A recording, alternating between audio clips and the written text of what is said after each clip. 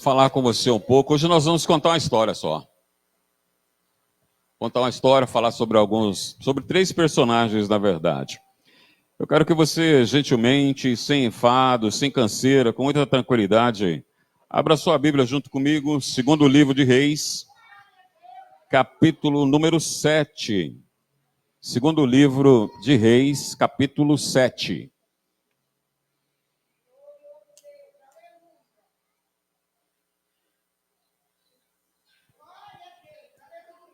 Segundo livro de Reis, capítulo 7. Enquanto você vai abrindo aí, deixa eu construir o pensamento. Nós tivemos um retiro de liderança há um tempo atrás, e lá, nosso presidente, então, abriu para todos qual seria o tema de 2023, que seria o ano da conquista. E ali o Senhor começou a ministrar algumas coisas no meu coração, e vem ministrando algumas coisas no meu coração, e por isso que me senti desafiado em falar contigo até o final do ano, nas nossas últimas pregações, ou nas oportunidades que tivemos de ministrar aqui, sobre escolhendo o reino de Deus. Você já parou um momento para pensar, porque tem muito crente que não prospera? E aí alguns entram com aquela história, Deus não tem prosperidade para todos, prosperidade não é o foco, bababá, barará, barará, barará.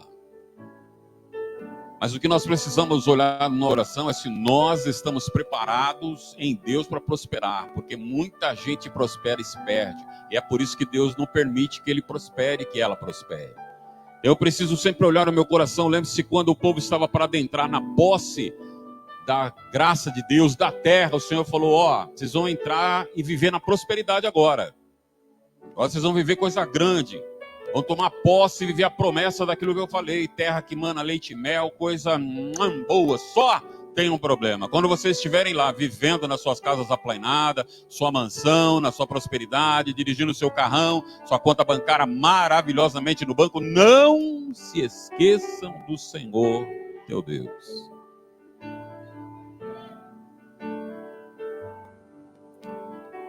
Puxa vida, precisamos aprender a falar isso. Em toda situação e circunstância, escolher sempre o reino de Deus, escolher sempre o Senhor, em todo tempo, em todo momento. E a partir daí, então, nós conversamos um pouquinho com vocês, se o ano é da conquista, e eu tenho certeza que nós vamos conquistar. Nós precisamos entender e aprender a sempre escolher pelo Senhor, nem sempre pelaquela oportunidade, por aquela porta, por aquele momento, por aquilo que vai nos beneficiar materialmente, mas escolher pelo Senhor, entender se esse é o momento, se essa é a forma, se esse é o jeito que o Senhor assim quer. E viver sempre pela fé, baseado na nossa fé no Senhor. E aí hoje eu quero conversar um pouco com você, quero contar uma história, como eu disse, e nessa história tem 3 personagens, e a ideia é que você, lá no final, se conseguir entender a mensagem de hoje, você diga, olha, nessa mensagem nós vamos ver o rei, é um dos personagens. Nós vamos ver o mensageiro do rei, que é um segundo personagem. E nós vamos ver um grupo de leprosos, que é o terceiro personagem.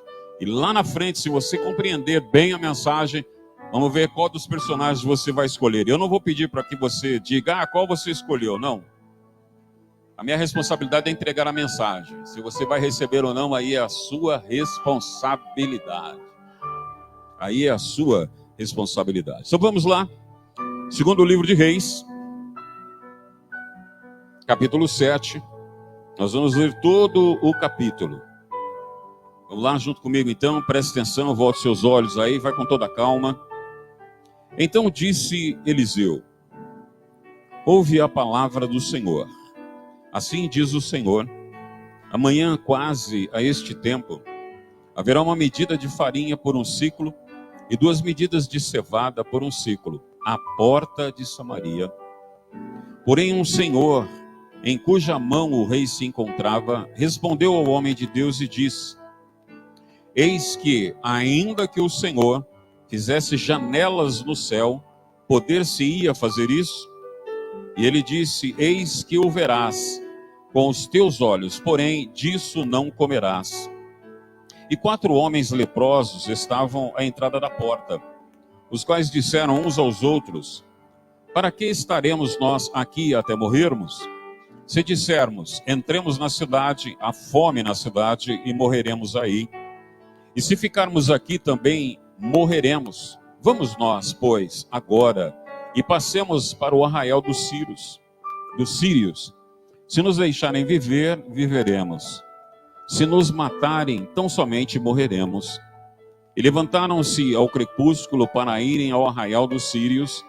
E chegando à entrada do arraial dos sírios, eis que não havia ali ninguém.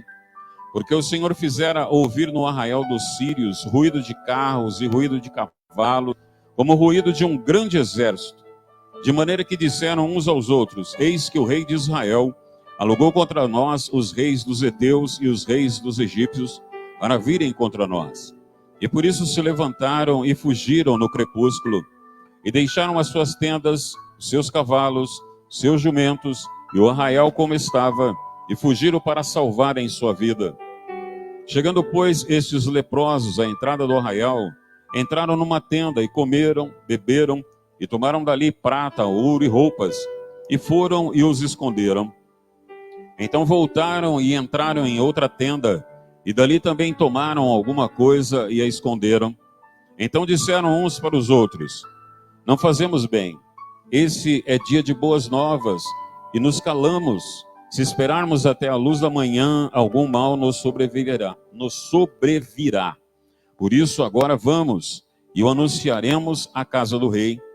Vieram, pois, e bradaram aos porteiros da cidade, e lhes anunciaram, dizendo: fomos ao arraial dos sírios, e eis que lá não havia ninguém, nem voz de homens, porém só cavalos atados, jumentos atados, e as tendas como estavam. E chamaram os porteiros, e anunciaram dentro da casa do rei. E o rei se levantou de noite, e disse aos seus servos: agora vos farei saber o que é que os sírios nos fizeram. Bem sabem eles que esfaimados estamos, pelo que saíram do arraial a esconder-se pelo campo, dizendo: quando saírem da cidade, então os tomaremos vivos e entraremos na cidade.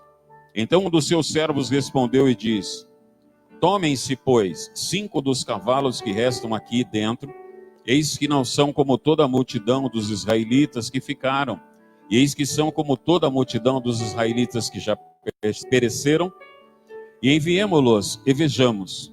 E tomaram, pois, 2 cavalos de carros, e o rei os enviou com mensageiros após o exército dos sírios, dizendo: ide e vede. E foram após eles até o Jordão, e eis que todo o caminho estava cheio de roupas, de aviamentos que os sírios apressaram-se e lançaram fora. E voltaram os mensageiros e o anunciaram ao rei. Então saiu o povo, saqueou o arraial dos sírios, e havia uma medida de farinha por 1 siclo, e 2 medidas de cevada por 1 siclo, conforme a palavra do Senhor.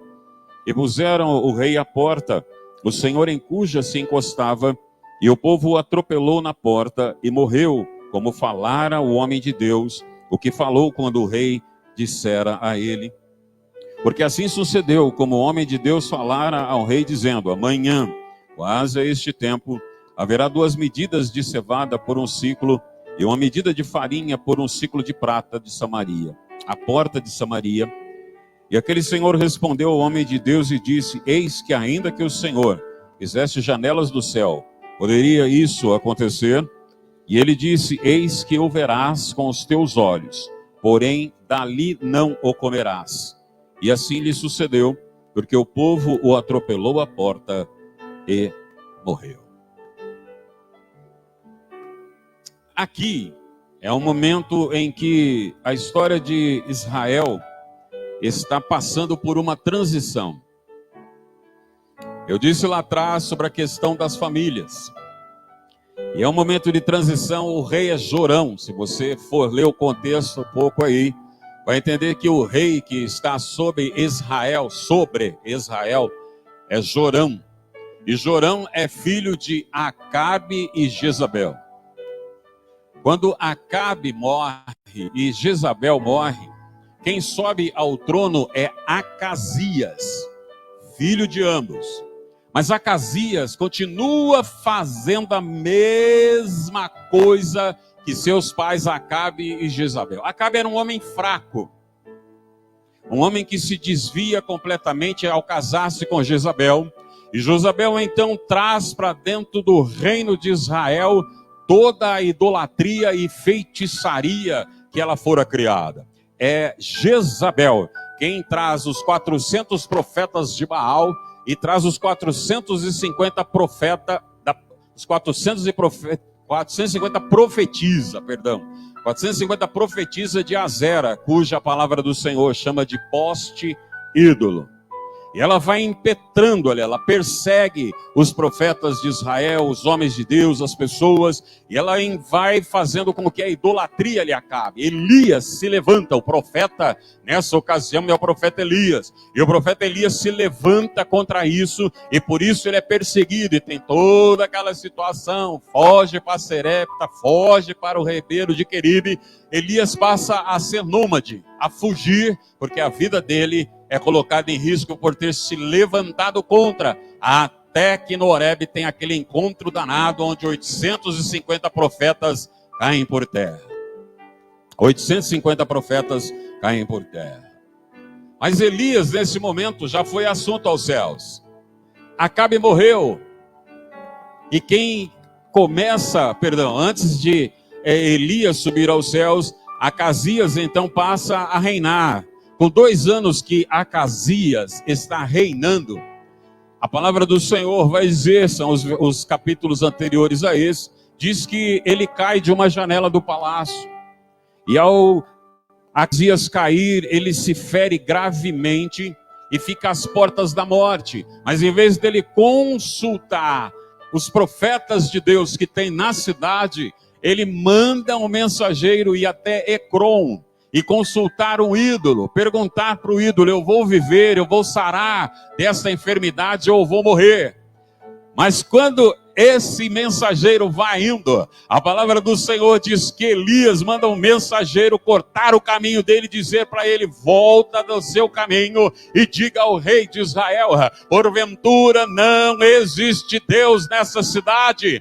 Diga para ele então que ele não vai viver. Deus decretou que ele irá morrer por causa disso. E aquele mensageiro então volta e fala para o rei: olha, o mensageiro de Elias disse que deu ruim. Tu vai morrer. Como assim? Não, ele disse que você vai morrer. E aí então Acasias levanta um capitão com 50 homens e fala: vai lá e mata Elias. E quando aquele capitão com 50 homens chega, ele grita na porta da casa de Elias: ei, homem de Deus! Elias grita: se eu sou o homem de Deus, o Senhor vai mandar fogo do céu nessa hora e vai consumir a vida de todos vocês. E o fogo desce, 50 homens morrem fulminados ali. A notícia chega ao rei. E Acasias fala: levanta mais 50 e volta lá. E novamente eles chegam e fazem a mesma coisa: ei, homem de Deus, venha, porque o rei disse que é para você correr lá, vem depressa. Ele sai e diz: olha, se eu sou o homem de Deus, fogo vai descer do céu e vai consumir a vida de vocês. E mais 50 homens são fulminados pelo fogo de Deus que cai do céu. E o rei, não contente, manda mais 50. Como a gente insiste em coisa errada, né? Tá dando ruim, não tá dando certo. Dizem que o cúmulo da imbecilidade é fazer a mesma coisa e querer um resultado diferente. E ele envia mais 50 homens. Mas aí que é interessante, porque quando aquele terceiro capitão chega, ele já não chama: olha, vem, homem de Deus. Ele já diz: olha, que o Senhor tenha por preciosa a minha vida e a vida destes homens que estão diante de mim. O rei nos enviou, pediu para que o Senhor vá com eles, e disse que o Espírito de Deus fala para Elias: desce junto com esses aí. E Elias desce. E quando chega na cara do rei Acasias, o rei diz: como é que é, Elias? Qual foi a mensagem? Você vai morrer, rei. Porque Deus já o disse, você vai morrer. Acasias realmente morre. E no lugar dele sobe Jorão, seu irmão. E aonde nós chegamos agora aqui, quem está reinando é Jorão. Mas da mesma maneira que os pais, lembra que eu falei lá atrás? Da mesma maneira que Acabe e Jezabel desviaram o povo de Deus do caminho deles, ensinando coisas que não convinham, Acasias fez a mesma coisa. Jorão sobe e vai fazer a mesma coisa. Aquilo que aprendeu dos seus pais, ele não tem a capacidade de procurar, e é ele quem está aqui neste momento reinando, e é um momento de transição. Agora, Elias já foi assunto aos céus, recebido nos céus, levado embora. Quem está na posição de profeta de Israel agora é Eliseu. O rei de Israel é Jorão, e o rei Sírio é Ben-Hadad II. E o rei Ben-Hadad tenta invadir, tenta prejudicar a Samaria e ao povo de Israel, mas lá tem um homem de Deus, e ele tenta, e cada armadilha que ele apronta, ele não consegue, até que um dia o rei chega e pergunta: olha, tem alguém que no meio do meu séquito aqui é um traidor, porque toda vez que eu imagino como eu vou destruir a Israel, antes que eu chegue lá, Israel já sabe o que está acontecendo. Mas aí um dos conselheiros fala: não é dessa maneira não, ó rei. Em Samaria tem um homem de Deus, e aquilo que você faz no recôndito do seu quarto, no segredo do seu quarto, Deus revela para ele lá. É por isso que quando você fala: vamos sobre Israel dessa maneira, Deus revela e eles não vão lá. É por isso que quando você diz: vamos colocar a armadilha de Deus, revela o homem de Deus e eles são libertos. Isso diz para mim e para você que nós precisamos ouvir o Senhor, porque muitas vezes o inimigo está tramando contra a tua vida, armando laço, embaraço, seta, preparado para te derrubar, e você nem sabe. Mas quando você ouve a voz de Deus, Deus diz: deixa o atraso. Não reclama porque o carro não pegou, não reclama porque perdeu a hora, não reclama porque teve um congestionamento e você vai chegar atrasado. Não reclama porque tem que fazer um desvio, porque a morte estava te esperando naquele caminho, meu espírito te desviou. Mas em vez de eu glorificar o Senhor e agradecer a Deus, porque às vezes não entendo o que Ele está preparando, eu só falo em línguas, né? Que coisa, vou chegar atrasado, vai dar tudo errado, o dia já começou todo torto, nada vai funcionar, agora vai ser uma dificuldade, meu patrão reclamar, dia ruim. A morte e a vida tá na ponta da sua bendita língua. E muitas vezes você estraga o seu dia. Você já percebeu uma coisa? Você encontra um camarada na segunda-feira, e aí, tudo bem? Pra onde você vai? Eu vou pra luta. Miséria. Depois reclama que tá numa batalha lá, não é? Onde você vai? Vou pra guerra lá, vou pra aquela luta, vou pra aquele lugar difícil, aquele lugar de problema. Aí depois quando chega na luta, no lugar de problema, tá no meio da trincheira, é só bala voando, é bolada nas costas, é cartão vermelho, é carrinho por trás. Que dia terrível. Onde está Deus? Estou no mesmo lugar, você pediu, recebeu. Está reclamando por quê? Onde você vai? Vou para aquele lugar onde o Senhor me colocou. Ali vai ser bênção. Vai ser bênção. O diabo pode até se levantar, mas vai cair um tombo que eu vou dar risada. Coisa linda e boa. Porque lá é vitória. Porque o Senhor está comigo. E o rei, não contente, Ben-Hadad, ele arma toda sorte de armadilhas para tentar pegar. E no momento em que nós chegamos no capítulo 7, o que acontece é que Ben-Hadad pegou e cercou a cidade. Eles não conseguem ter água, os viveres estão acabando, e conta culturalmente, a história conta que esse cerco demora tanto tempo, que chega um momento que o povo não tem mais água para beber, não tem comida, não tem viveres. Estão ficando tremendamente sufocados. A situação é tão terrível que o contexto próximo, eu não quero mencionar, quero até ler para você, diz assim, capítulo 6. Algum tempo depois, porém, Ben-Hadad, rei da Síria, reuniu todo o seu exército e secou Samaria. Como resultado, houve grande fome na cidade. O cerco durou tanto tempo que uma cabeça de jumento era vendida por 900 gramas de prata e 1/3 de litro de esterco de pombo por 60 gramas de prata. Cuidado com a interpretação desse cocô de pombo aí, tá? Toma cuidado. Ah, mas tá escrito aqui, tá? Toma cuidado. Um dia, quando o rei de Israel caminhava pelos muros da cidade, uma mulher gritou para ele: ó meu senhor, ó rei, por favor, ajuda-me. Ele respondeu: se o Senhor não a ajudar, o que poderei fazer? Não tenho alimento na eira, nem vinho na prensa de uvas. Mas depois o rei perguntou: qual é o problema? E ela respondeu: esta mulher me disse: vamos comer o seu filho hoje, e amanhã comeremos o meu. Então cozinhamos o meu filho e o comemos.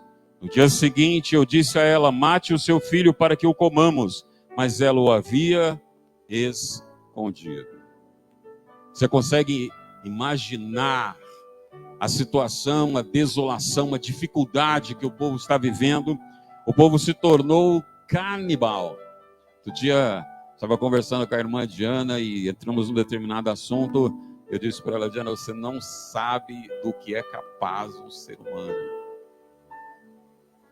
Você não sabe, não tem noção do que você é capaz. Quando você é apertado, quando você é espizinhado, quando conseguem quebrar você. Porque isso aí que a gente vê não é você, isso é o que você prospecta. Eu sou assim, mas na verdade não é não. E quando conseguem quebrar o que você é lá dentro, você não sabe do que você é capaz. E o povo se torna canibal, dada a situação e a visão do rei, por viver longe de Deus, por viver simplesmente naquilo que ele aprendeu, na idolatria, adorando outros deuses com as suas próprias imagens, os deuses que nós muitas vezes criamos. Eu não crio um Deus lá com uma imagem a qual eu vou me dobrar diante dela. Mas muitas vezes nós temos nossos ídolos dentro de nós. É o ídolo da minha boa saúde, é o ídolo do meu bom relacionamento, é o ídolo do meu bom trabalho, é o ídolo da minha boa vida financeira. E muitas vezes a nossa expectação, a nossa confiança, ela está colocada nesses ídolos. Porque eu sei que se porventura o dinheiro faltar, eu tenho uma boa linha de crédito, sou amigo do gerente de banco, eu tenho um bom relacionamento. E muitas vezes Deus precisa quebrar esses ídolos que estão no nosso coração, pois Ele já disse lá atrás: adorarás o Senhor teu Deus de toda a tua alma e com toda a tua força. Só a Ele adorarás. O rei não tem essa visão.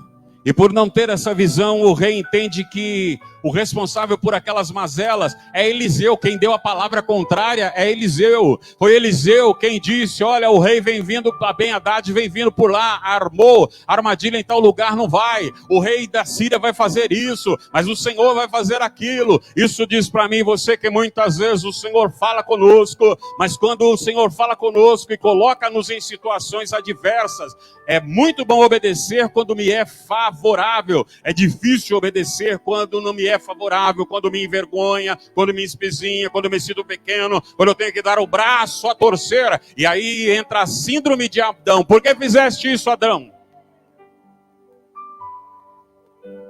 A mulher que tu me deste, não foi eu, não é culpa minha, a culpa é do outro. E o rei Joram coloca então a culpa em Eliseu. A culpa é do profeta Eliseu por nós estarmos nessa situação. Agora essa mulher aí, doidona da vida, quer que eu solucione esse problema, quer que eu tenha comida, tenha bebida. Se o Senhor não fizer, eu não poderei fazer nada. E ele ainda vai dizer assim: olha, toda essa desgraça vem do Senhor.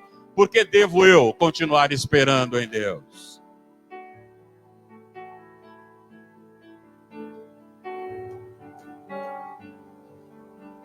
Um dia alguém disse para um homem: olha, eu vou até ali, mas eu volto.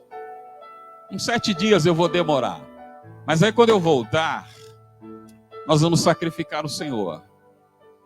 E diz que os dias foram passando, os dias foram passando, os dias foram passando, os dias foram passando, os dias foram passando, o povo reclamando, os dias foram passando, o povo reclamando, e os dias foram passando, o povo reclamando, e Saul faz aquilo que Deus já tinha dito para ele que ele não deveria fazer.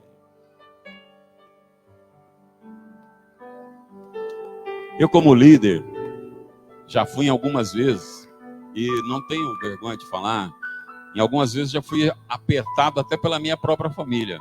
Mas você é o pastor, você não vai fazer nada. E eu falava para eles, eu sou o pastor, mas não sou Deus. Deus mandou ficar quieto e esperar. Eu também estou desesperado querendo fazer alguma coisa, mas Ele mandou esperar. E foi o esperar. E orar para não se desesperar. E aí é onde você se lembra aquilo que Deus disse para o rei Josafá, segundo Crônicas capítulo 20, quando ele diz assim, olha, essa batalha que você está enfrentando, Josafá, essa batalha não é sua, essa batalha é minha. A sua batalha é uma só, qual é? Esperar em mim. Essa é a maior que nós temos de aguardar o momento do Senhor, a hora certa, a maneira certa, o jeito certo que Deus vai fazer. E muitas vezes não temos esse esperar. E o rei Jorão diz, olha, para que devo eu continuar esperando? Toda essa desgraceira, toda essa problemática, toda essa dificuldade, na verdade ela provém de Deus e realmente provinha do Senhor, porque o Senhor estava provando o povo, o Senhor estava purificando o povo, o Senhor estava buscando tirar a idolatria e a visão daquele povo do lugar errado, da hora errada, das pessoas erradas, porque estavam se juntando com aquilo que não deveria. Diz a palavra do Senhor que é o pecado de feitiçaria, o pecado de idolatria é pior do que o pecado de feitiçaria.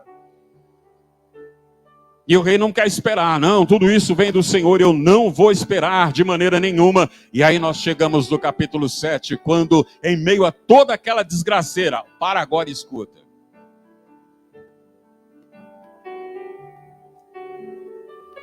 No meio de toda aquela desgraceira, levanta um homem chamado Eliseu e diz assim, ouçam o que o Senhor está fazendo. Amanhã, por essa mesma hora, a carestia vai sumir. Os viveres serão tantos que serão vendidos por quase nada. Mas você viu o primeiro personagem, o rei, que não queria acreditar, reputava como uma desgraça sendo de Deus, e eu não quero esperar mais em Deus de maneira nenhuma. E quando no versículo 1 o profeta Eliseu diz, olha, Deus vai fazer, no meio dessa situação e dessa circunstância ainda existe Deus, e Deus vai mudar essa história, Deus vai entrar com a providência tremenda, trazer o livramento e alterar completamente aquilo que vocês estão vendo. É igual quando lá o profeta Ageu diz no capítulo 2, versículo 9, a glória da segunda casa será maior do que a primeira, e o que Deus está dizendo é, às vezes esquecemos de ler direito, e ele diz assim, olha, vocês lembram da primeira casa? A primeira casa foi gloriosa, porque quem levantou os viveres para fazer, quem levantou o ouro, quem deu oferta foi o rei Davi. Mas agora já não tem mais rei, agora já não tem dinheiro, agora não tem colar para você tirar, não tem pulseira de ouro para você entregar, vocês não têm recurso, mas eu sou o Senhor Deus, dono da prata e do ouro, e a outra casa vai ser muito maior do que aquela que vocês fizeram, para que vocês vejam e entendam que eu posso fazer. Mas quando o profeta entregou a palavra, o povo ficou assim, o rei calado, não quis acreditar. E aí levantou o segundo personagem, o mensageiro do rei. Nem que Deus construa janela no céu e abra todas elas, isso aí vai acontecer. Isso fala alguma coisa para você ou não? Às vezes o Senhor fala para tu, olha, eu vou te colocar por cabeça. Você fala, mas não dá. Eu não estudei, eu não tenho curso superior, eu não tenho amigo influente, eu não tenho dinheiro, moro na casa de aluguel, estou até desempregado. Mas... Isso é a resposta de Deus dizendo que você não acredita nele, você acredita na sua própria força. Eu não consigo. Mas a mágica só acontece quando você disser, o Senhor pode. Lembre o que o outro disse? Quando o Senhor joga batata quente na mão de um profeta chamado Ezequiel. E aí? Esse monte de osso pode voltar a viver? esse monte de osso seco pode voltar a ser um exército poderoso sobre a terra? O Senhor sabe, eu não sei de nada. O Senhor sabe. Então profetiza. Eu não sei, o Senhor sabe. Mas se o Senhor está dizendo para profetizar, então eu profetizo. Vai acontecer. É dessa maneira. Eu acredito, eu tomo posse. É meu. Esses dias vi um vídeo antigo daquele programa O Aprendiz. Está na sala o Justus, assessor dele, 2 aprendizes, e o Justus enfia a mão no bolso e tira uma nota de $100. Presta atenção. Ele tira uma nota de $100 e fala: quanto é isso aqui? Eles: nossa, $100. Tem valor? Tem. Quem quer? Ah, eu quero. Você quer? Quero. Você, eu quero. E ele repete pela segunda vez: quem quer? Ah, eu quero. E ele fica segurando a nota, senhor. Aí olha para o assessor dele, ele dá aquela risadinha sacana de lado assim, o Justo segurando a nota. E os dois não entendem nada até que ele fala assim: então, se vocês querem, mas não sai daí para tomar posse, não vai adiantar nada. Quem vai tomar posse? Aí eles movem. Fé é acreditar só quando Deus já falou. Se Deus enviou a palavra, se Deus diz vai acontecer, eu já ando naquela realidade, já começo a viver aquela realidade, começo a trabalhar na minha mente para viver aquela realidade, porque quando eu espero, se você está aqui nessa noite, acreditando que é salva, acreditando que está salvo na pessoa bendita de Jesus, que vai morar no céu, mas já não anda nessa realidade, eu não pertenço mais a essa terra e a este mundo, eu sou peregrino aqui, minha riqueza está lá, o Senhor está lá, e eu estou com o Senhor. De maneira nenhuma isso acabará acontecendo, porque você não acredita.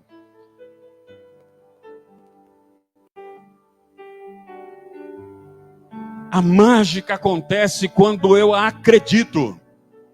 Se eu não acreditar, não vai acontecer.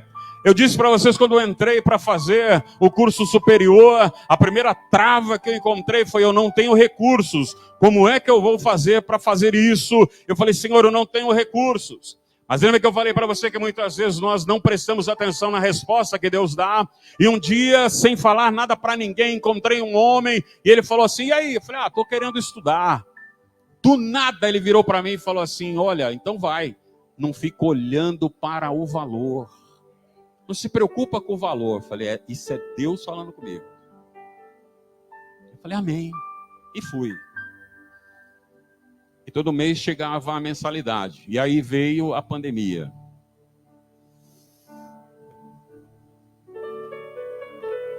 Começou pela fé, continua pela fé. Eu falei: não sei, Deus vai fazer alguma coisa. Eu não sei o quê.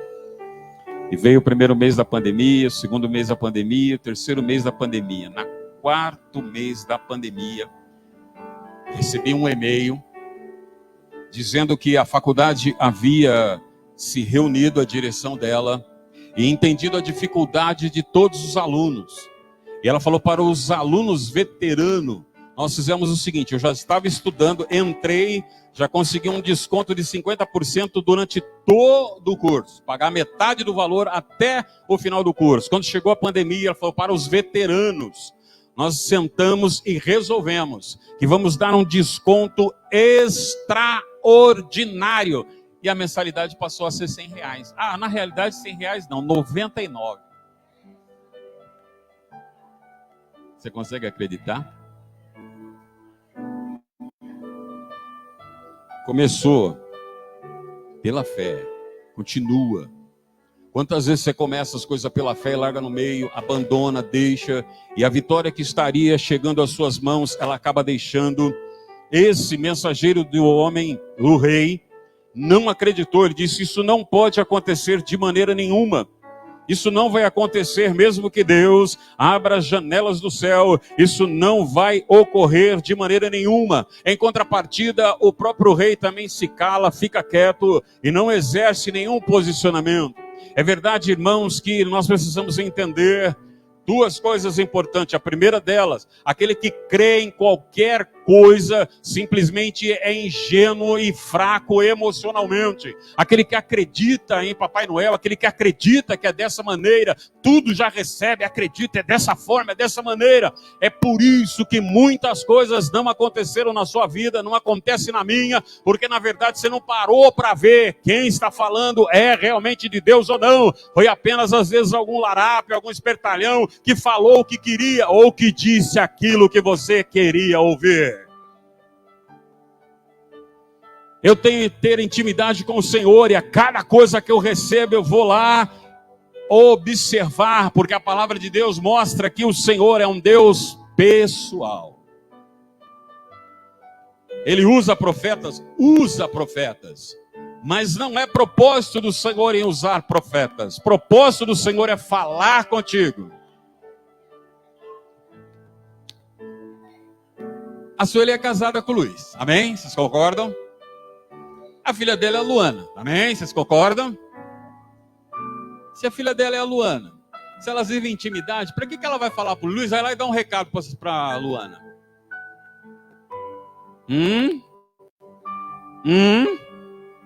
Ela vai lá e fala: ô Luana, vem cá, quero falar com você, senta aqui, senta no colinho de mamãe. Mas aí, quando ela não dá ouvido de jeito nenhum, Luiz, vai lá e fala com aquela sua filha lá, porque estou falando, não escuta de jeito nenhum. Vai lá você, quem sabe ela te escuta. Você entendeu ou não? Quando ele levanta alguém para cortar o teu caminho e chamar a tua atenção, é porque ele está falando contigo, mas você não escuta. Aí ele é obrigado muitas vezes a fazer o extraordinário. Lembre-se que ele usa a mula porque o profeta que devia ouvir a voz dele não o escuta. Se ele é um Deus de intimidade, vai usar alguém, não que ele não usa, não estou querendo dizer isso, ele usa sim, mas ele tentou falar com você. O negócio dele é querer falar contigo na intimidade do seu quarto, o negócio dele é querer falar contigo na intimidade do seu carro, o negócio dele é querer falar contigo na intimidade do seu trabalho, naquele lugar ali, quando você fala, eu não aguento, eu vou correr, e você se esconde lá no banheiro para chorar, para reclamar, para dar uns berros. Ele fala, quero falar com você também, me ouve, me ouve.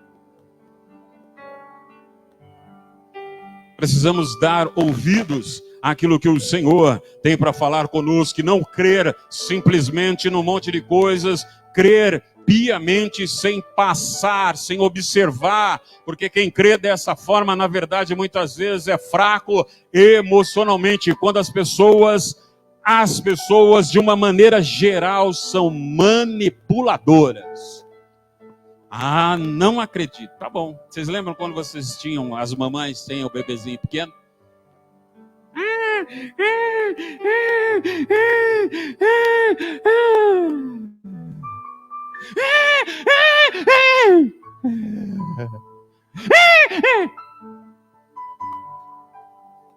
Manipulação. Uma vez a Noemi quis fazer isso comigo. Falei, Noemi, nós vamos no mercado, o pai não tem dinheiro para comprar nada não, tá bom? Combinado? Acordo feito. Não dá show porque eu não tenho. Tá bom. Era a primeira vez, ela não conhecia direito o pai que tinha. E ela foi lá e quis dar um show, e eu fui indo embora com as minhas sacolas, dando um show lá no chão, e se estribucha, e faz não sei o que. A mulher falou, nossa, a criança lá é sua. Eu falei, não sei não. Eu vim entrando, ela já entrou junto aí. Não desconheço não. Ela olhou, nossos olhos encontraram, deu aquela olhada 43 assim, ela levantou do chão, deu a mão, vamos embora.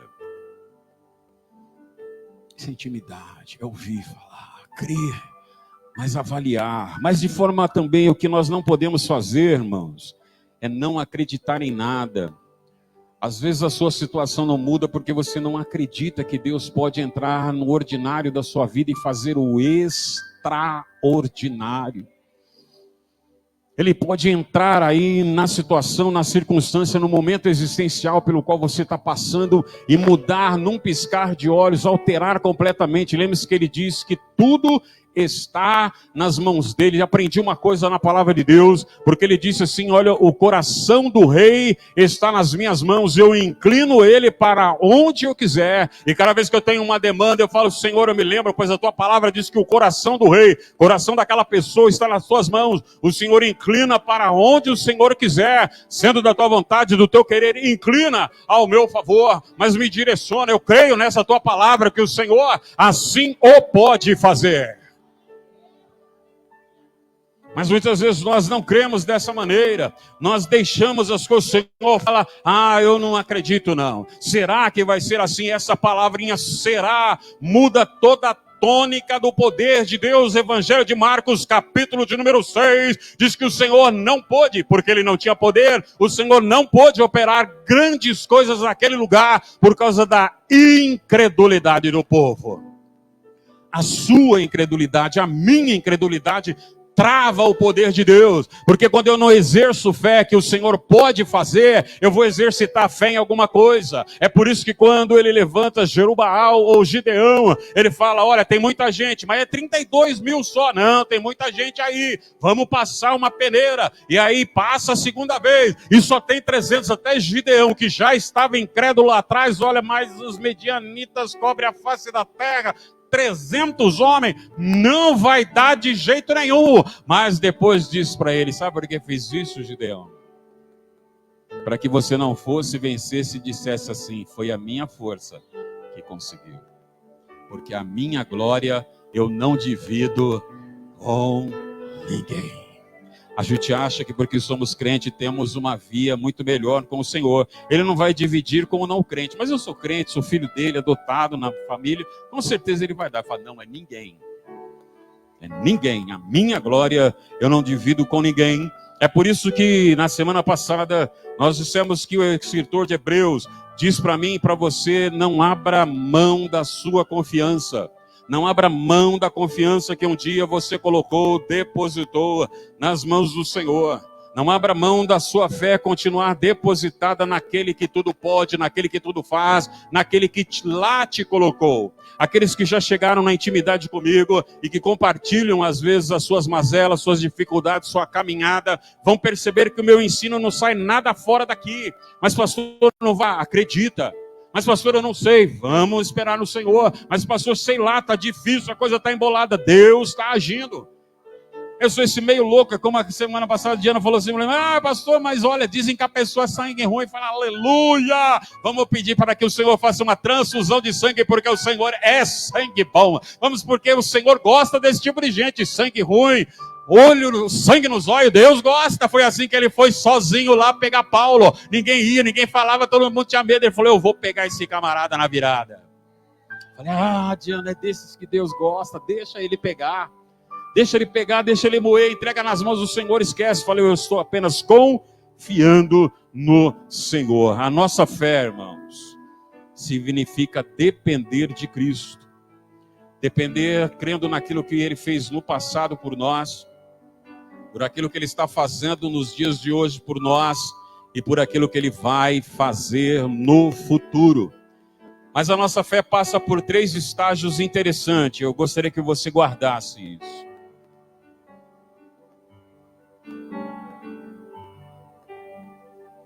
A sua fé varia dependendo do lugar aonde você está. A sua fé varia dependendo do lugar aonde você está. E eu não estou me referindo aqui ao ambiente da igreja, não. Estou dizendo do lugar aonde você está. Porque dependendo do lugar aonde você está, você muitas vezes tem dificuldade em professar a sua fé. Pare e pense um segundo apenas. Se você encontrasse alguém ou alguém te parasse amanhã, quando você está indo para o centro da cidade, e falasse: eu vejo que você é alguém especial. Você é cristão? Sou. Ai, pelo amor de Deus, faz uma oração aqui e agora para mim.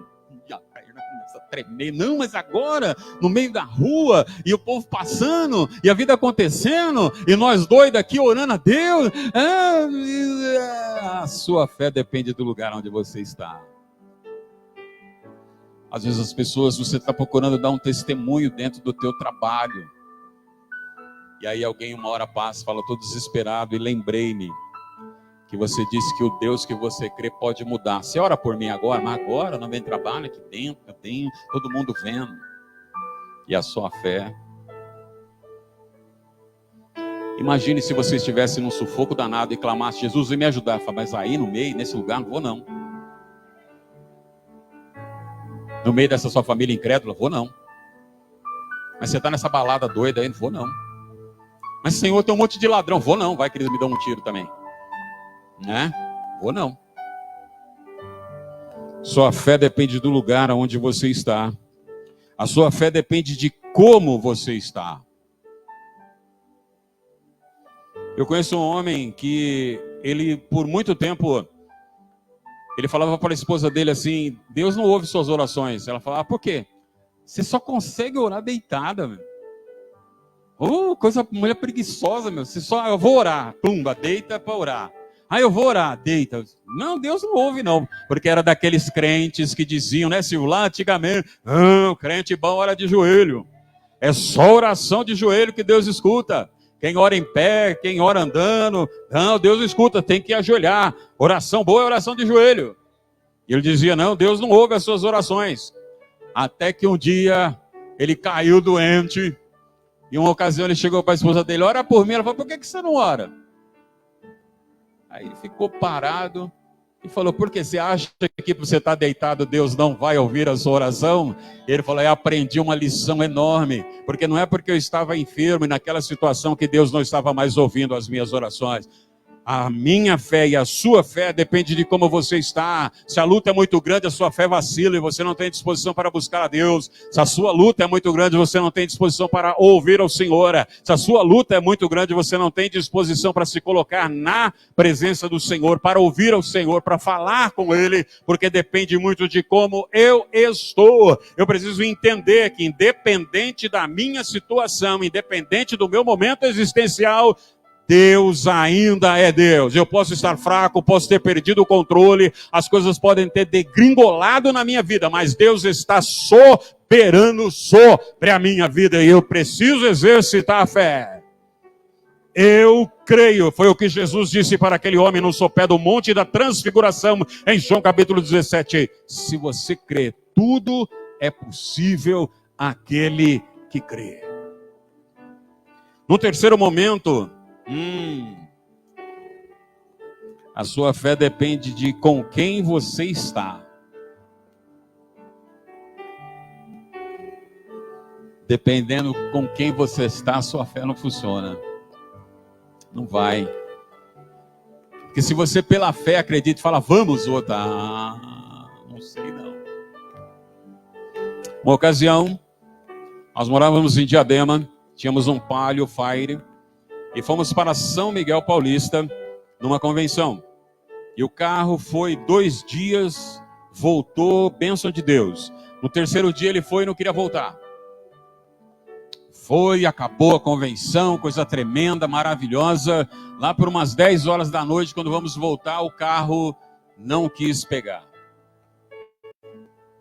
Falei, meu Deus, e agora? Vou voltar e perguntar lá se alguém dos pastores que estão lá, que estão aqui, conhece alguém que possa me ajudar.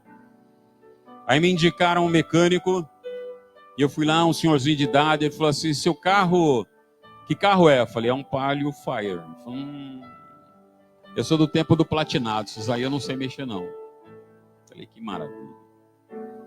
Aí voltamos, eu e minha esposa, sentamos no carro, e aí aparece um irmão na fé. E esse irmão disse, olha queridão, me falaram que esse carro não pode ficar aqui, porque se você deixar o carro aqui vai perder. Mas eu também não sou mecânico, eu não sei o que o carro tem. Mas eu sei de uma coisa, presta atenção. Eu sei de uma coisa. O Deus que eu sirvo e o Deus que eu creio pode entrar e mudar essa situação. Você crê, irmão? Eu vacilei 1 milésimo de segundo. 1 milésimo de segundo. Ele falou, você crê, irmão? Eu demorei 1 milésimo de segundo. Ele falou, com essa fé nós não vamos em lugar nenhum. Olha só. Um milésimo de segundo ele virou para mim, olhou nos olhos e falou: com essa fé que você está aí, irmão, nós não vamos em lugar nenhum. A sua fé depende de com quem você está. Ele falou: com essa fé nós não vamos, não vai dar. Aí ele virou para a Luísa: irmã, eu sei que você crê. Você crê, irmã? Eu creio, irmão. Na hora. Eu creio, irmão. Ele falou: então, nós dois vamos orar. E o irmão aqui vai ser impactado. Vai passar a crer. Assim, ó. Nós dois sentados aqui dentro do carro, ele do lado de fora, pela janela. Falou: pela minha fé e pela tua fé, o Senhor Jesus vai operar. Você crê, irmã? Amém. Aí falou: então coloca as mãos no painel.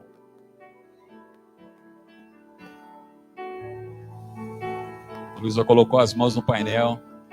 Ele colocou as mãos no capô do carro e falou assim: ó, Senhor, teu servo veio por 3 dias neste lugar honrar teu nome. Por 3 dias o Senhor o trouxe. E agora o diabo está querendo colocar nas mãos e envergonhá-lo. Mas nós o repreendemos em nome do Senhor Jesus. E o Senhor que trouxe eles aqui vai levá-lo para casa agora. Amém, irmãos? Amém. Ele falou: dá partida. Agora não tem milésimo de segundo. Ele falou: tá, já estou lá virando a chave. O pior é que vira a chave, ou melhor, pá, e o bicho pega na primeira. Ele só olhou assim. Deus te leva, irmão. E nós viemos de São Miguel Paulista até Diadema. Entrei em casa, nossa casa é um apartamento, fomos para a garagem. Estacionei o carro na garagem, desliguei tudo e foi embora. Olha como o crente é miserável.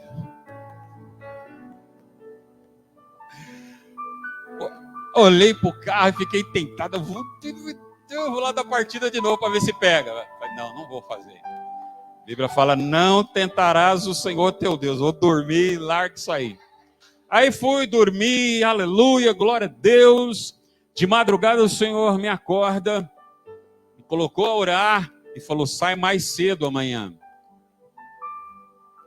Levantei mais cedo no dia seguinte, feliz e retumbante, fui para a garagem e cadê o carro?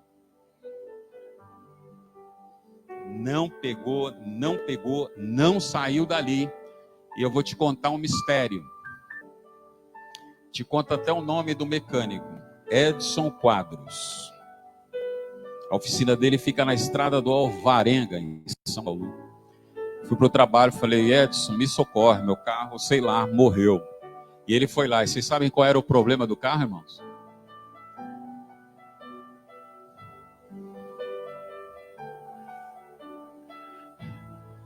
A bomba de combustível tinha queimado. O carro não injetava gasolina de jeito nenhum. Teve que comprar uma bomba de combustível nova e colocar no carro. Você acredita nisso? E o mecânico que consertou chama Edson Quadros, estrada do Alvarenga, em São Paulo. Está vivo para a honra e glória do Senhor. E você pode ligar para ele e perguntar. A sua fé depende de com quem você está. Porque muitas vezes o Senhor quer fazer, pode fazer, mas você está unido, atado àqueles que não estão na mesma pegada que você, não estão na mesma fé que você, não acreditam como você acredita e o milagre não acontece, porque esvaziam o seu coração, esmorece. Lembra que eu tenho falado que tem uns crentes que são crentes de desânimo? Vamos, irmão!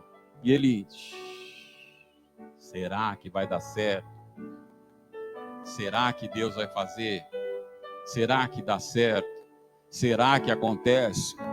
Eu preciso entender que a minha fé desenvolve quando eu assim estou junto desses. Preciso entender que o ponto inicial da minha fé é acreditar no caráter de Deus. Ele é quem diz que é. O ponto final da minha fé está nas promessas do Senhor. Ele fará o que disse que vai fazer. Se o Senhor disse que vai operar, eu preciso acreditar que Ele vai operar. A dificuldade está em que Deus muitas vezes nos livra da luta. A luta vem e o Senhor afasta ela. A luta vem e o Senhor tira-nos de meio dela. O Senhor vem e faz, ela vem e o Senhor desvia ela da nossa vida. Mas existem momentos em que o Senhor vai nos livrar no meio da luta. é dentro da cova dos leões. Deus não poderia livrar a Daniel, tirar o Daniel do sufoco, livrar a Daniel, mas Deus deu uma experiência nova com Daniel. Mostrou a Daniel que todo o poder está nas mãos dele, ele faz da forma, da maneira, do jeito, na hora que ele quiser. Ele estava trabalhando em Daniel? Não. Não, se você acredita que Deus estava trabalhando com Daniel na cova dos leões, você está completamente enganado e precisa ler Bíblia. Deus, através da vida de Daniel, estava trabalhando no coração do rei Dario. Porque quem passa a noite sem dormir, clamando ao Senhor, e logo de manhã sai correndo e vai gritar na porta da cova, é o rei Dario. Daniel, tranquilo, rei. Deus não encontrou nada na minha vida diante dele, nem diante do Senhor. Eu não tenho feito nada contra Deus, nem nada contra o Senhor. E quem edita uma carta dizendo que todos agora devem adorar ao Deus de Daniel, rei Dario. Você pensa que Deus estava trabalhando com Daniel? Daniel já acreditava, tanto que disse, se você orar, você vai morrer. Ele falou, não quero saber, vamos continuar orando e fazendo aquilo que eu creio que Deus pode fazer. Mas através da vida dele, Deus estava trabalhando na vida do rei Dario. Muitas vezes a luta que você e eu estamos passando não é propósito de Deus, mas Deus está usando aquilo para trabalhar na vida daqueles que estão ao seu lado, aqueles que não estão crendo, aqueles que estão duvidando, aqueles que estão dizendo muitas vezes, onde está o teu Deus? Ele vai mostrar para eles que ele é na tua vida, que eles fazendo e que ele tem o poder para fazer. Então, em meio à luta, simplesmente glorifica e exalta o Senhor. Creia, porque Deus é o Deus que falou e tudo se criou. Mas o texto fala dos mais um terceiro personagem. Quero mencionar eles para a gente terminar. Fala sobre os leprosos. E dentro da cultura, eu creio que se você já olhou um pouco a palavra de Deus, dentro da cultura, os leprosos não podiam viver na cidade, nem estar junto com as pessoas. Lembre-se que eles tinham que viver escondidos, viver numa colônia à parte. Eles não podiam transitar sobre o povo que tocava neles era imundo, sem contar que a doença era altamente contagiosa. Mas o texto vai mostrar que eles dependiam da misericórdia, das esmolas do povo. Então eles ficam ali à porta pedindo, esperando que alguém jogue uma migalha para eles. E é assim que eles estão, à porta da cidade, esperando que a benevolência, a misericórdia das outras pessoas ajudem a vida deles. Mas a cidade passa por aquela mazela que você viu e leu junto comigo. Então não tem viver nem para eles e nem para a cidade. E aí diz que eles conversando entre si, eles fazem uma coisa que eu e você muitas vezes não fazemos quando a situação é adversa.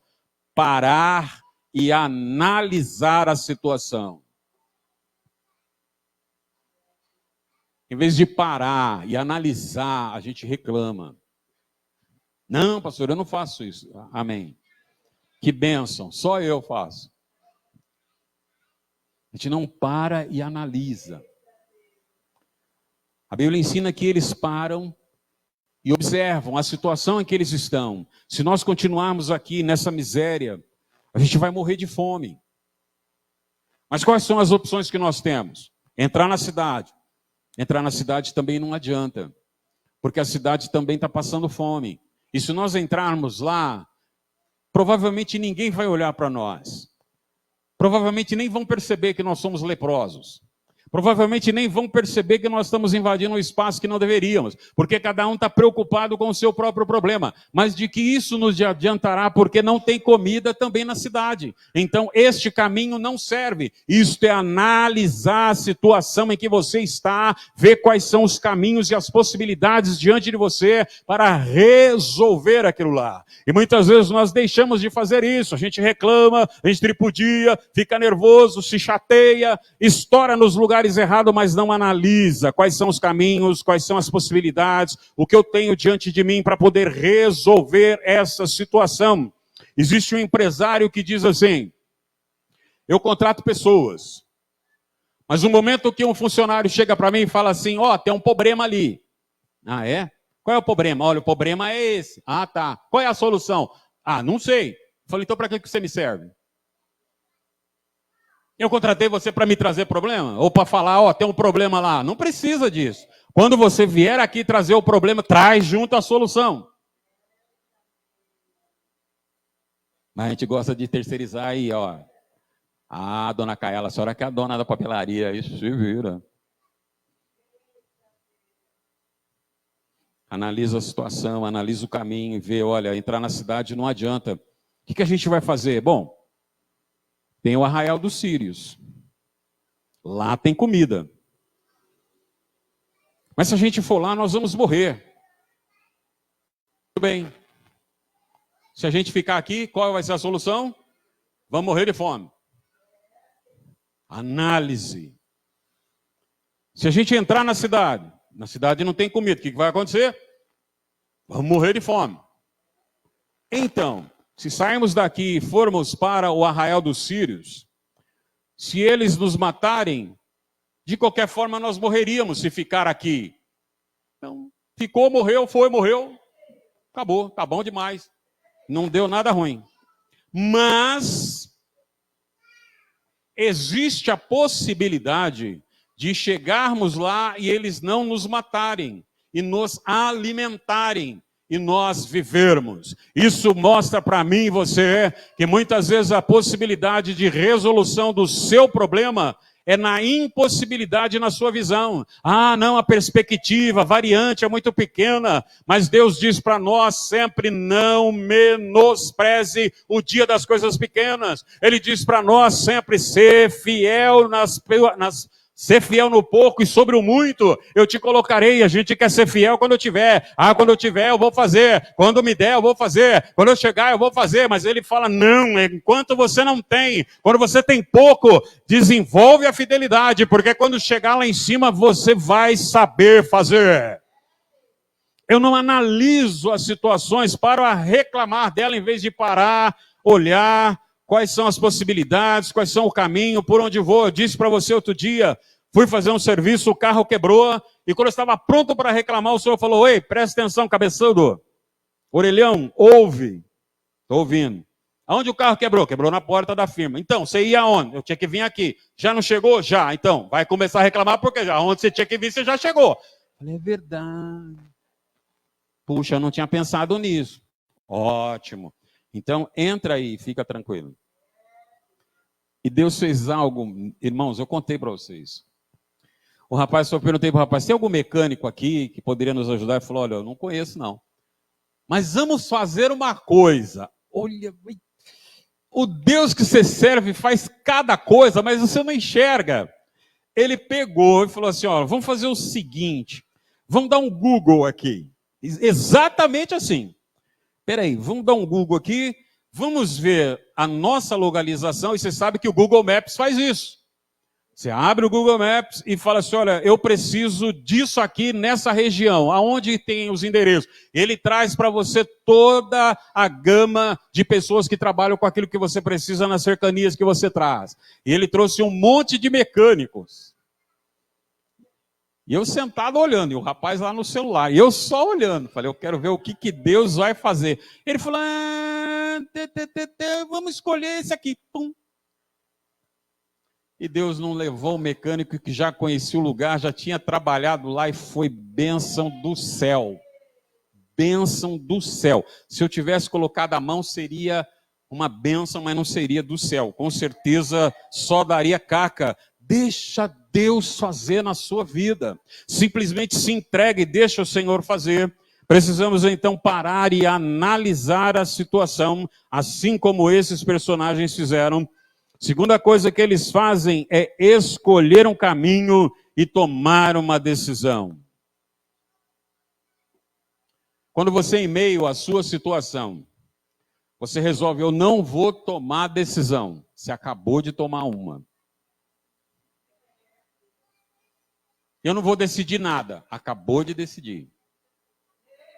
Decidiu não se envolver, decidiu não mexer, decidiu não fazer. Eu lembro que uma vez nós estamos na internet, eu não vou dizer quem é. Eu estava conversando com uma irmã da igreja e falei, irmã, você precisa se envolver mais. Deus tem te dado capacidade, conhecimento. E eu morrendo a míngua aqui nessa área da igreja, a qual é a sua área profissional. Me ajuda, por favor. Ah, pastor, eu não quero me envolver. Eu falei, olha, irmã, eu ouço com muito pesar. Eu vou usar exatamente essa palavra. Eu ouço com muito pesar essa sua colocação. Porque quem fica em cima do muro e resolve não se envolver, uma hora verá que a situação chegou na sua porta e ela não tem ninguém ao redor para lhe ajudar, nem experiência para trabalhar naquilo. Anos depois ela me liga lembrando disso. Eu me lembrei na situação que eu estou passando, algo que o Senhor me disse. Lembra que eu estava em cima do muro? Eu falei, lembro. E aí, está em cima do muro? Eu falei, não, o muro caiu em cima de mim, agora não sei o que eu faço. Eu falei, que bênção. Aleluia. E agora, pastor? Eu falei, então, agora eu sou pastor daqui, não sou pastor daí. Essa é a minha pegada, aprenda. Eu não sou pastor daqui, não sou pastor daí. Procura o seu pastor agora, resolve com ele. Eu não posso interferir mais. A liderança sobre sua vida não está sobre minha responsabilidade. Agora é do seu novo pastor. Para decidir, eu preciso estar pronto. Ouça isso. Para decidir, ao escolher um caminho, eu preciso estar pronto a me arriscar. Ao tomar uma decisão, eu preciso estar pronto a me arriscar e pronto a viver o novo. O que foi que o Senhor falou para você aqui, através da vida da Caiala? Você lembra ou não? Falou agorinha. Lembra que eu falei? Você não deixar o seu pensamento e a sua mente devagar, porque você perde. Lembre-se o que ela comentou sobre a questão de Pedro. Pedro passa ao momento em que aceita aquilo que o Senhor lhe coloca a viver algo novo, algo extraordinário, algo que na vida dele era impossível de acontecer. Mas para isso eu preciso me arriscar. Pedro precisou se arriscar. Lembre-se que Pedro é homem do mar. Pela palavra do Senhor percebemos que ele não era simples pescador que tinha um barquinho lá, mas tinha a sua pequena empresa, tinha algumas pessoas que trabalhavam com ele ou para ele, tinham mais barcos. Lembre-se que quando o barco está indo a pique, ele chama outros que trabalham com ele para ir ajudá-lo. Então é alguém que conhece a realidade, alguém que estava acostumado a lançar rede, sabia que ao lançar a rede boiava, né? Ficava boiando lá em cima da água. Não, lança a rede afunda. Pedro estava acostumado a saber que quando o homem pula na água, ele ou boia ou afunda. Mas o homem não consegue andar sobre as águas, porque andar aqui é natural meu e seu. Andar sobre as águas é andar no sobrenatural. É na região de Deus, é onde Deus atua, onde Deus te chama e me chama para viver o extraordinário como Ele, para viver experiências novas e transformadoras na vida dele. Quando Pedro se entrega, é sobre a tua palavra.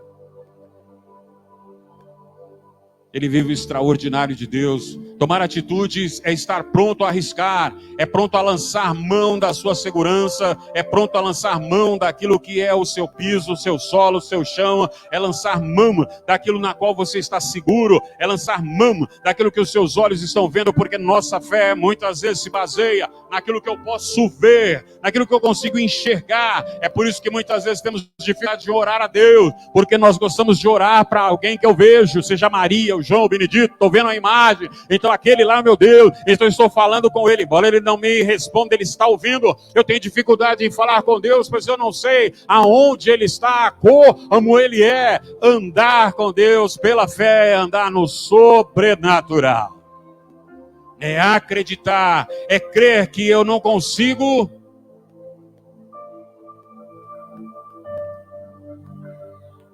Quando te vedam os olhos, já percebeu por que quando você está num ambiente que você não enxerga, parte da sua confiança vai embora? E aí o que você faz?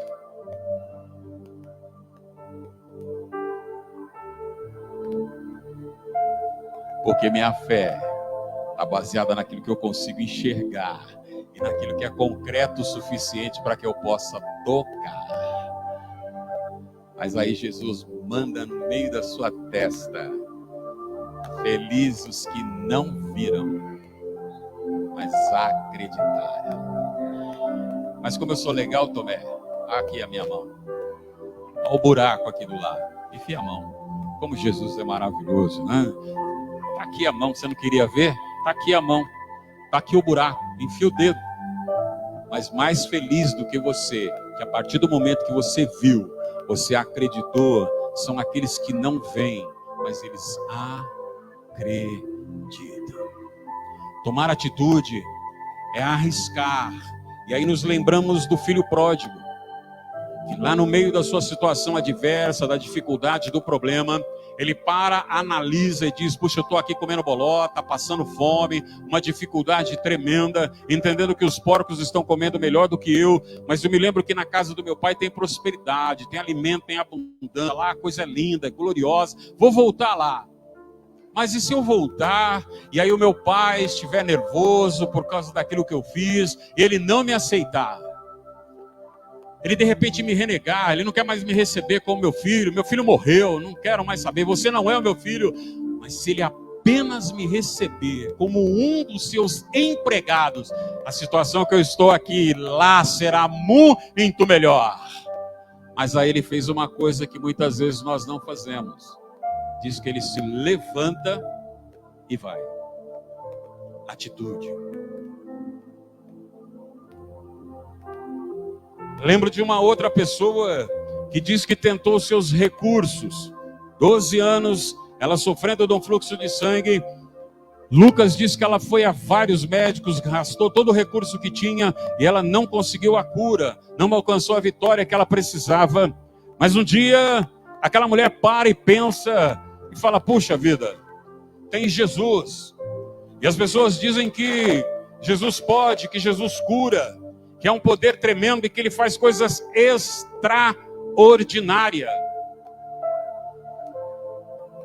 Mas todo mundo na cidade me conhece. Sabe que eu tenho um fluxo de sangue. E a cultura da cidade diz que uma pessoa, uma mulher, quando ela tem um fluxo de sangue, mesmo que seja com as suas regras menstruais, ela não pode encostar em ninguém, ninguém pode sentar aonde ela estava e se levantou, porque aquela pessoa se torna imunda diante de Deus. As pessoas vão falar, as pessoas vão me achacar, as pessoas não vão deixar, vão jogar as coisas em minha cara, vai ser difícil demais. Não vou não. Vou ficar sentado aqui sofrendo com o meu fluxo de sangue. Ele não precisa olhar para mim. Ele não precisa falar comigo. Eu só preciso tocar na barra dos seus vestidos. E para tocar, com certeza ela se arrastou até lá. E eu tenho certeza que aquilo que eu preciso vai acontecer. Tomar atitude para que suas situações mudem. Eu preciso muitas vezes lutar contra aquilo que os outros acham que é legal. Preciso fazer aquilo que é paradoxal. Fazer aquilo que eu não quero fazer. Eu conheço um rapaz, eu não vou me citar o nome dele. Esse rapaz deixou as conversas atrapalhadas tirarem ele da igreja. E ele foi embora e a igreja falava, ore por ele. A igreja falava, ore por ele. A igreja falava, ore por ele.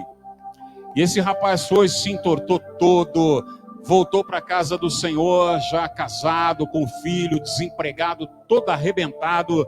E um dia ele estava conversando comigo, eu falei para ele: queridão, volta para os pés do Senhor, volta para a casa de Deus, seu lugar está lá. Ele virou para mim e falou assim: mas pastor, eu vou voltar com que cara? Eu falei: com essa aí.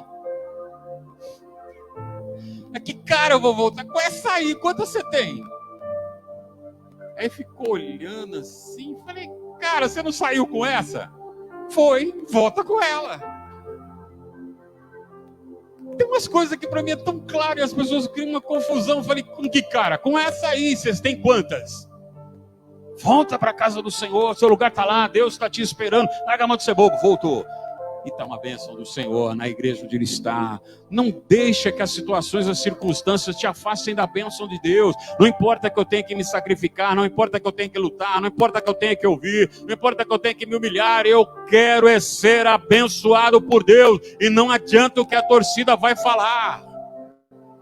Eu não sei, com certeza, talvez você não tenha passado por essa experiência, talvez as mulheres nunca passarão, mas é interessante quando você vai jogar bola e tem torcida, porque a torcida fica na tua cabeça, enchendo a tua cabeça, para que você erre naquilo que você sabe fazer, para que você se atrapalhe com as próprias pernas, para que você se irrite. É gostoso jogar, porque sempre tem aquele que fica no teu pé, não vai dar certo, você vai você vai se enrolar todo, e fica te cutucando para você perder a paciência, dar um tapa, falar uma besteira e receber um cartão vermelho e ser colocado para fora do jogo. Não deixa a torcida falar na sua cabeça, não dá bola para a torcida, joga o teu jogo.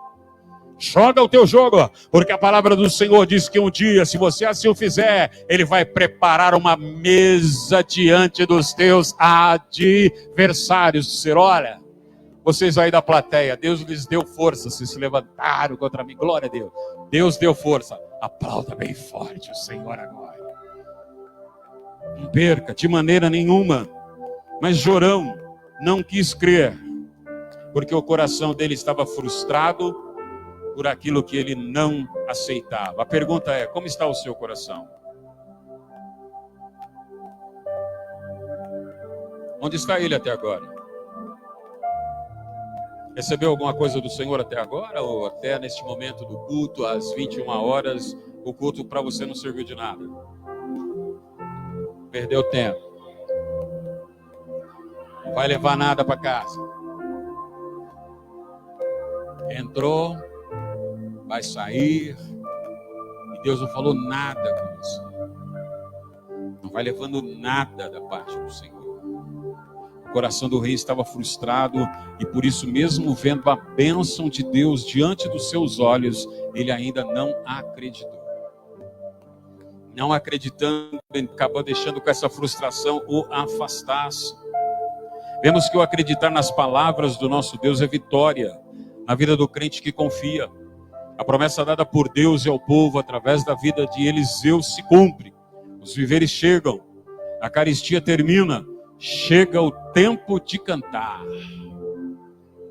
Vocês lembram o que a Diana falou nessa quinta-feira passada?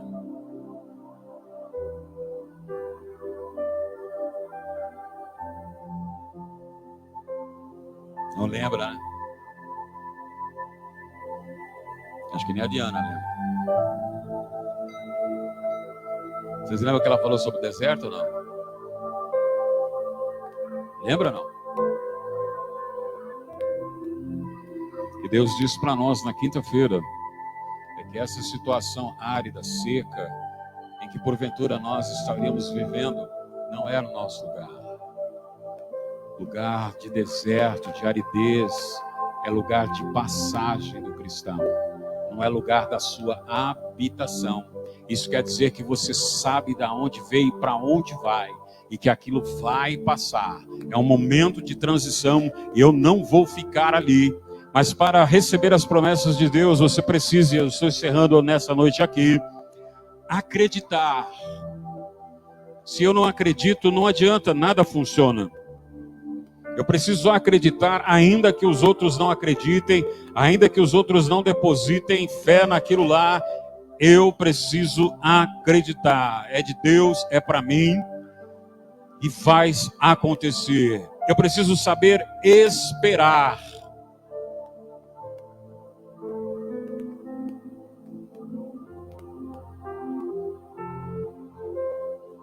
Vocês creem que nós orarmos por qualquer um de nós aqui para que Deus nos abençoe com a mansão, Deus tem poder para dar?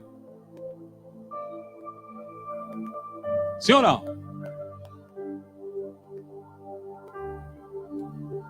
Mas você acha que se nós orarmos, Deus já vai te dar amanhã uma escritura de uma mansão na sua mão?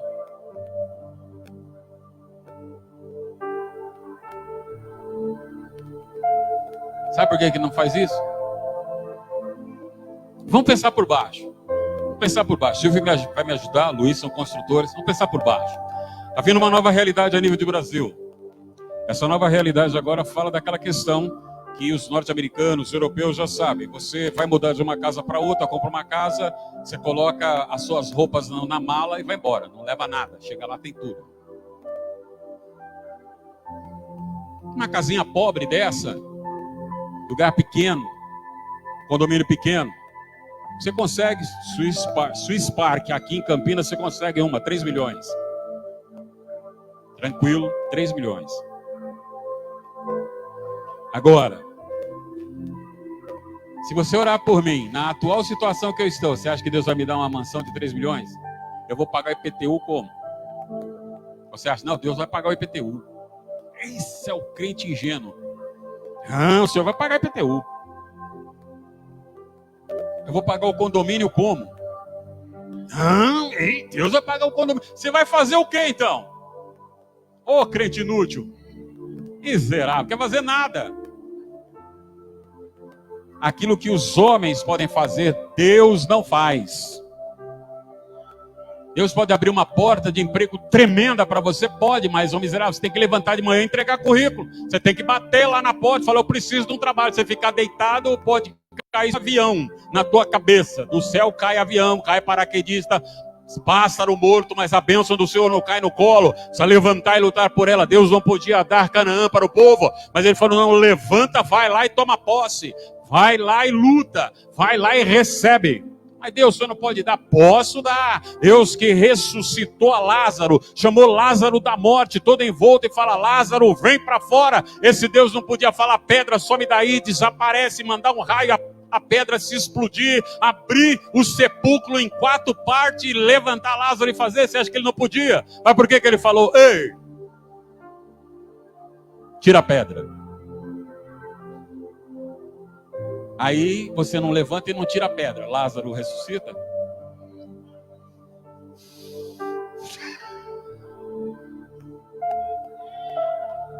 Você lê Bíblia, eu não sei como é que é a sua interpretação das coisas. Ah, Senhor, se o Senhor tivesse aqui, essa mazela não teria chego, esse boleto não teria vencido, eu não teria sido despejado. Se você acreditar, vai ver a glória de Deus. Eu creio, lá na ressurreição dos mortos, lá naquele dia, lá no céu. Não, eu só falei acreditar, não falei quando. Eu creio, Senhor, então tira a pedra.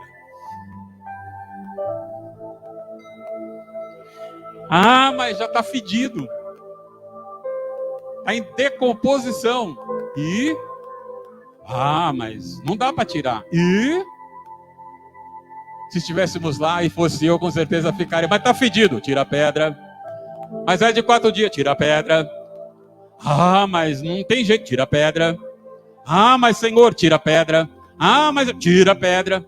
Você não veio numa quinta-feira, eu estou brincando com você, mas tá a Luana que pode dizer, ela, olha, Deus falou, faz. Eu falei, Senhor, faz. Mas Senhor, faz. Mas Senhor, faz. Mas Senhor, faz.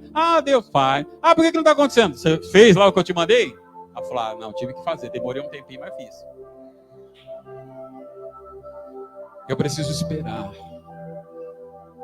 Eu creio que Deus fez na hora em que orei, mas eu preciso acreditar.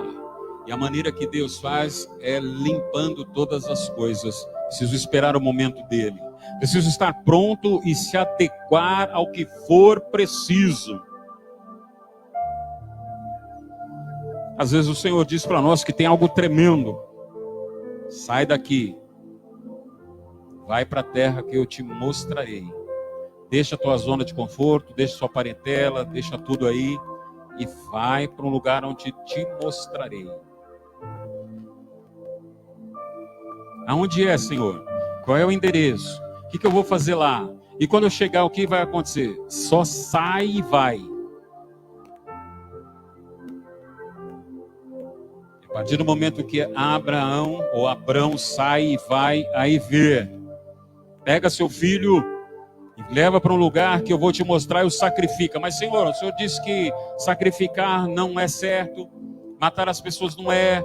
O povo ali fazia, o Senhor disse que estava errado. Abrão, só vai lá e faz. estar pronto a me adequar àquilo que for preciso. Renunciar. Você está pronto a renunciar à sua posição, à sua situação e a acreditar que o Senhor pode assim fazê-lo? Só te resta então obedecer. Obedeça ao Senhor. Vai dar um aviso. Irmão Paulo vai encerrar o culto dessa noite. Que você se entendeu a mensagem. Simplesmente veja qual personagem você quer ser a partir de hoje. Quer ficar como rei? Quer estar como o mensageiro dele que não creu? E diz a palavra do Senhor que a bênção aconteceu, mas o mensageiro do rei não se beneficiou dela. Ele viu, mas não se beneficiou. Ou quer ser como os leprosos, que vitoriosos foram para a glória do Senhor.